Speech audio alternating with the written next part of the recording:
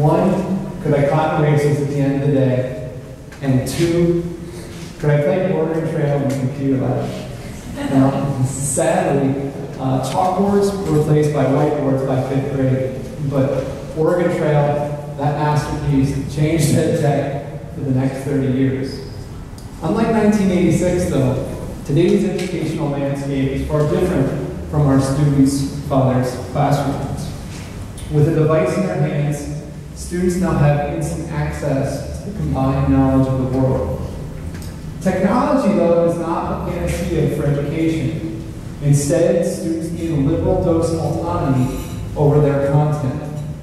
With that, it allows students to become learners and personal meaning to be injected into their educational journey.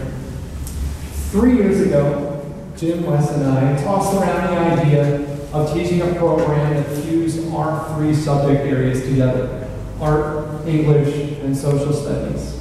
We believe that this type of program would increase not just the student learning experience, but also student engagement. We took our idea to administration, and shockingly, they approved it. And over the next 5 months, we developed what later became known as Apollo. So over the course of the semester, Apollo allows learners to rule their content. They get to build, incubate, design, and innovate 4 interest-based projects that fuse our 3 subject areas together. Each of the projects is tied to an overarching theme that gives them control to research and create unique pieces that intertwine their interpretation of our subject areas. Now, each of the projects is also linked to one of 4 thinking skills that also reinforce their process. And one more thing, they also find and connect national and state standards that link to their project. So by the end of the project cycle, they sit down with us and have a genuine conversation about their process, their successes, and their failures. But one of the things that really make Apollo unique is that students build their schedule on a daily basis. After family time, our version of a class meeting, students populate a schedule that lets us know where and what they'll be working on for the next 4 hours. So if a student determines that they need to annotate To Kill a Mockingbird for 3 of those 4 hours, it's their time and their space. They simply just put it in their schedule. Now, students can also attend mini lessons that we offer that reinforce more general pieces of our curricula. Or, if needed, they can actually request a lesson from any of us to help them out with their project, whether it be about Frida Kahlo, iambic pentameter, or Margaret Thatcher. And one other thing, they can also request one-on-one conferences with us at any time to talk about the project.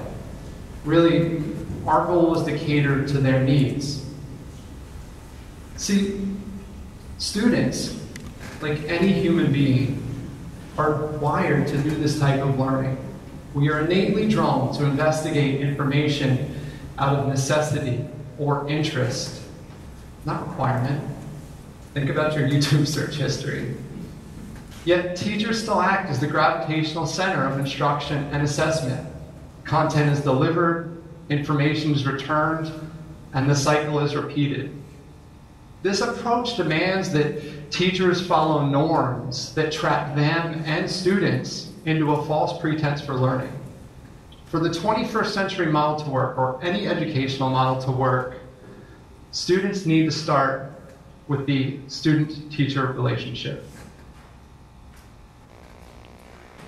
So communication, as most of us know, is arguably the most important element in any learning experience, especially the learning experience in our Apollo program. As Greg mentioned, on a daily basis, we ask our students to schedule meetings with us to discuss their ideas, their setbacks, their project development in general. And at times those conversations even lead into their personal lives, which is also important to discuss during their project development. In the month of September alone this past year, just 1 month, Students scheduled and attended one-on-one meetings with us over 550 times. Now, some of those meetings lasted just a couple minutes, but the majority of them lasted 15 to even 20 minutes.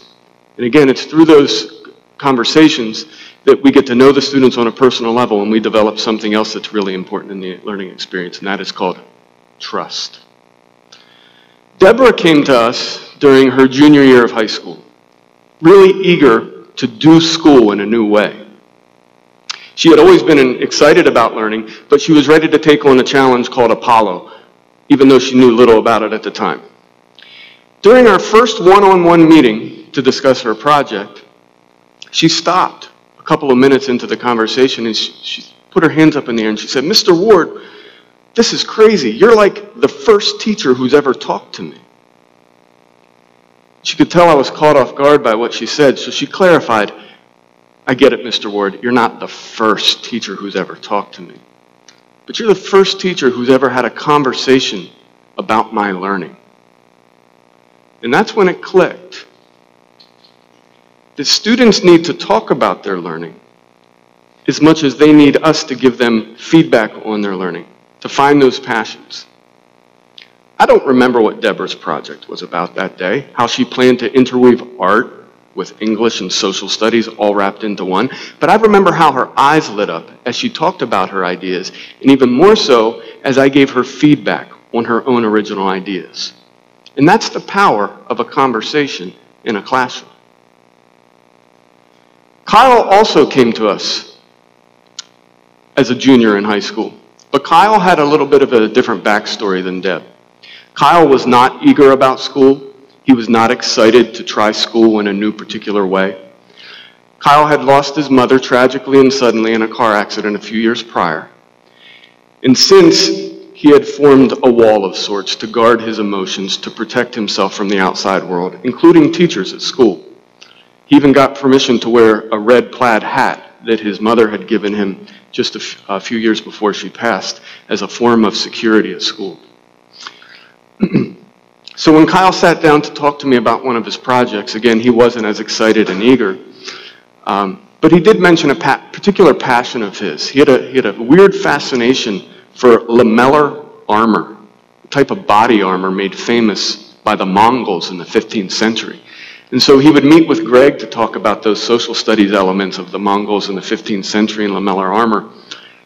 And then he planned to meet with Jim to talk about his idea of creating his own chess piece of armor. And he used a 3D printer to print off pieces of plastic that would later be molded and strung together into forming this chess piece. But when he got to me, he wasn't sure what he could do for English. He was already writing a research paper with Greg, and with Jim, he was creating that chess piece. And I stopped him during our conversation, and I said, "Kyle, you realize this literal armor that you're creating has everything to do with the figurative armor that you've been wearing for the past few years." And that's when it clicked for Kyle.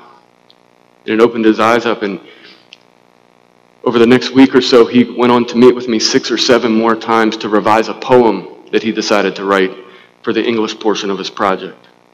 A poem about childhood innocence and how some of us lose that innocence far too young, as he had. And again, it was through that communication that became conversation that built and established that trust between Kyle and his 3 teachers in the program. See, communication is nothing new to the world of education. But the sooner we shift from communication to genuine and meaningful conversation, that element of trust can be established and just further that learning experience that much more.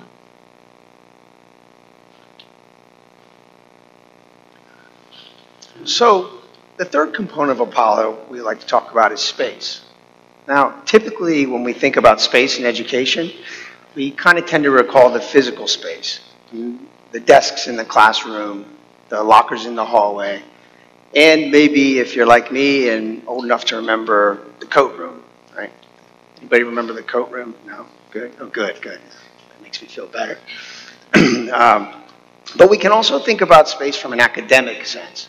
And like Greg was saying, this is when the teacher is the alpha and the omega of the instruction, the content, and the delivery that occurs in the classroom. Not to mention the individual teacher rules and procedures that sometimes didn't really make sense to us. Now, students who succeed in this type of environment, tended to be a little bit more compliant than more than anything. And to be honest with everybody, I really wasn't good at being compliant in school, but so when it comes to space, we like to give our students a lot of space. Students in the Apollo program, they can go out, work anywhere in the building they want to work. They can design their own workspaces and even set up appointments with people in the community who are experts in the field that they're researching. See, the three of us would like to think that collectively we possess a lot of different knowledge. But the one thing that we do know is that we don't know everything. And that there are people, sometimes right in our own backyard, that can better help our students achieve their goals. So why would we limit learning to these traditional constructs? Let me introduce you to Carolyn. So Carolyn is a great example of how when a student and their passion get space, it can turn out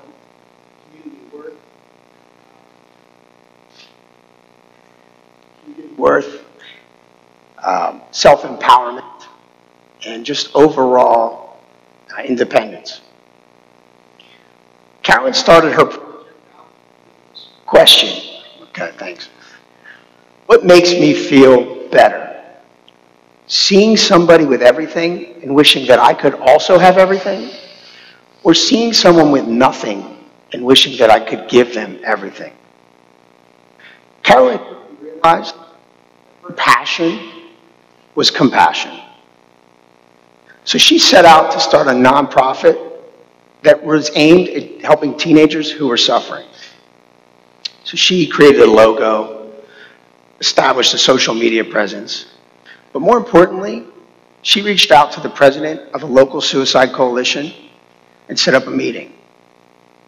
And after that meeting, the president was so impressed with Carolyn's commitment to her passion that she offered Carolyn a seat on the board as a junior in high school.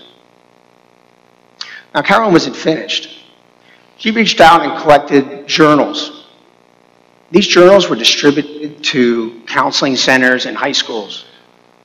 And the intention was to give students, specifically teenagers, a space to express themselves and their pain. But instead of keeping the journal, the intention was for it to stay put, so that other teenagers could not only create entries for themselves, but to read the prior entries and hopefully know that they're not alone in their struggle. As a culmination to this, Carolyn used photography. Her focus was to capture beautiful images of objects and situations that we see every day, but sometimes just take for granted. So she reached out to a local award-winning photographer, and luckily, she got a crash course in how to compose and capture very powerful images. She also procured a gallery space to hold an art auction for these photographs. With the money that she raised, she bought more journals. See, we really feel if you give students the space to pursue their passions, they will make a difference. Now, the three of us have something in common. I know you might be thinking that we all have great hair, but it's something else. We actually each have 2 kids. Greg and I each have an 8-year-old and a 5-year-old. Wes's kids are slightly older, which might explain why his hair is slightly thinner than ours. In fact, his oldest starts college this year, so if you want to stick around and donate to his cause, I'm sure he would be happy to do that, take anything you give him. But standing up here are just 3 dads, right?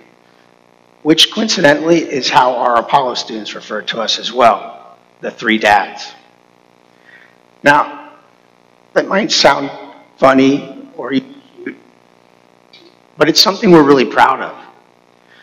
See, we didn't ask for that title. It was awarded to us. And for these kids to give us such a revered title. It's really why the three of us got into education in the first place. Now, if these kids really do see us as dads, which I believe that they do, then why wouldn't we see them as our kids? We don't subscribe to the idea that everything our own children would need to know, they could learn without ever leaving our house. Or that they could pursue and learn about their passions and interests without ever speaking to other people.